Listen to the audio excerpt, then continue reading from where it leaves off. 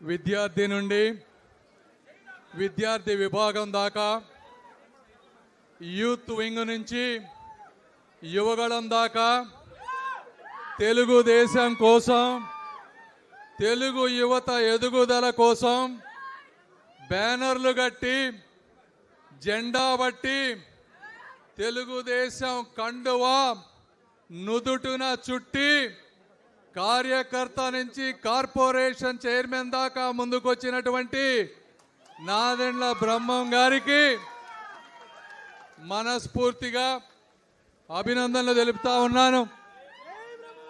వారితో పాటు చాలామంది డైరెక్టర్లుగా వచ్చారు. ఈరోజు వారందరూ ఈ స్టేజ్ మీద ఉన్నారంటే తెలుగుదేశం పార్టీకి కానీ కూటమి ప్రభుత్వానికి కానీ ఎంతో కష్టపడితే తప్పించి ఇక్కడికి రాలేరు. కాబట్టి వారందరికీ కూడా మనస్ఫూర్తిగా ధన్యవాదాలు తెలుపుతా ఉన్నాం, అభినందనలు తెలుపుతా ఉన్నాం. ఎందుకంటే వీరందరూ కష్టపడితేనే మేము ఈ రోజున అక్కడ కేంద్రంలో మంత్రులు అయ్యామన్న సంగతి మేము ఎప్పుడూ మర్చిపోమని కూడా మీ అందరికీ నేను తెలియజేస్తా ఉన్నా. రెండోది, ఒక్కసారి చరిత్రలోకి వెళ్తే ఈ ఆంధ్ర రాష్ట్రం విడిపోక ముందే తెలంగాణలో మొదలైంది బ్రహ్మం రాజకీయ ప్రస్థానం. విద్యార్థి దశలో బాబ్లీ ప్రాజెక్టు కోసం ఆ రోజు పోరాడాడు. అదేవిధంగా జగన్మోహన్ రెడ్డి గారి ప్రభుత్వం మీద మన ఆరాధ్య దైవమైనటువంటి చంద్రబాబు నాయుడు గారి ఇంటి మీదకి వచ్చినప్పుడు కానీ, దేవాలయం లాంటి పార్టీ కార్యాలయం మీదకి వచ్చినప్పుడు కానీ, శంకారావం యువగళంతో లోకేష్ గారితో ఉండటం కానీ, ఈ విధంగా నిరంతరం 22 కేసులు పెట్టించుకొని ఊరూరా తిప్పారు అరెస్ట్ చేసి. జగన్మోహన్ రెడ్డి గారు ఒకటే చెప్తా ఉన్నాం, చూడు ఈరోజు జగన్మోహన్ రెడ్డి గారు ఎలా ఉందో. అభిమానాన్ని, ధైర్యాన్ని, ఇది పల్నాడులో పుట్టిన పులిబిడ్డ, నీ వల్ల కాదు ఆపటం.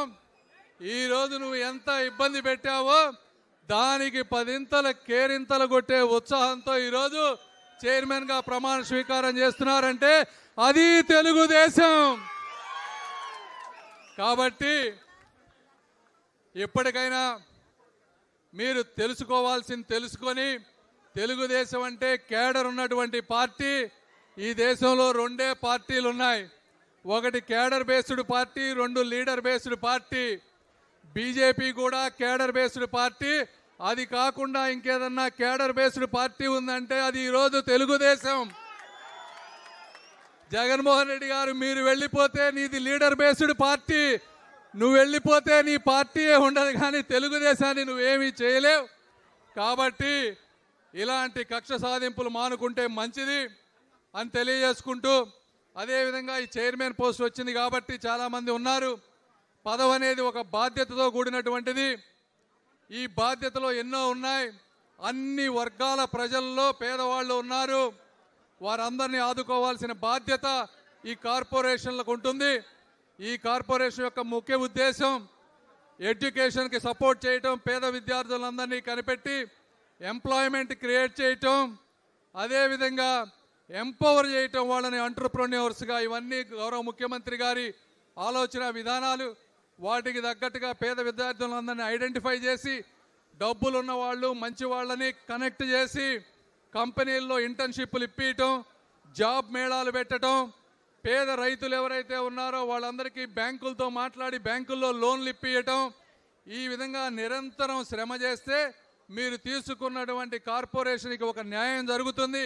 అది ఎప్పుడు కూడా మీరు మర్చిపోకూడదు. పదవి అనేది బాధ్యత పెంచేది. ఈరోజు వరకే సంబరం, రేపటి నుంచి వర్క్ చేయాల్సిన విధానం ఉంటుంది. కాబట్టి మీరందరూ ఆ విధంగా బాధ్యతతో చేస్తారని తెలియజేసుకుంటూ, ఆఖరిగా ఎడ్యుకేషన్, ఎంప్లాయ్మెంట్, అదేవిధంగా ఎంటర్‌ప్రెన్యూర్‌షిప్స్తో పాటు మీరు తీసుకున్న సమాజంలో వ్యక్తులకు అన్నిటికన్నా ముఖ్యంగా కావాల్సింది అందరినీ కలుపుకొని పోయేటువంటి విలువలతో కూడిన వ్యక్తుల్ని తయారు చేయటమే మీ బాధ్యత, మా బాధ్యత, అందరి బాధ్యత.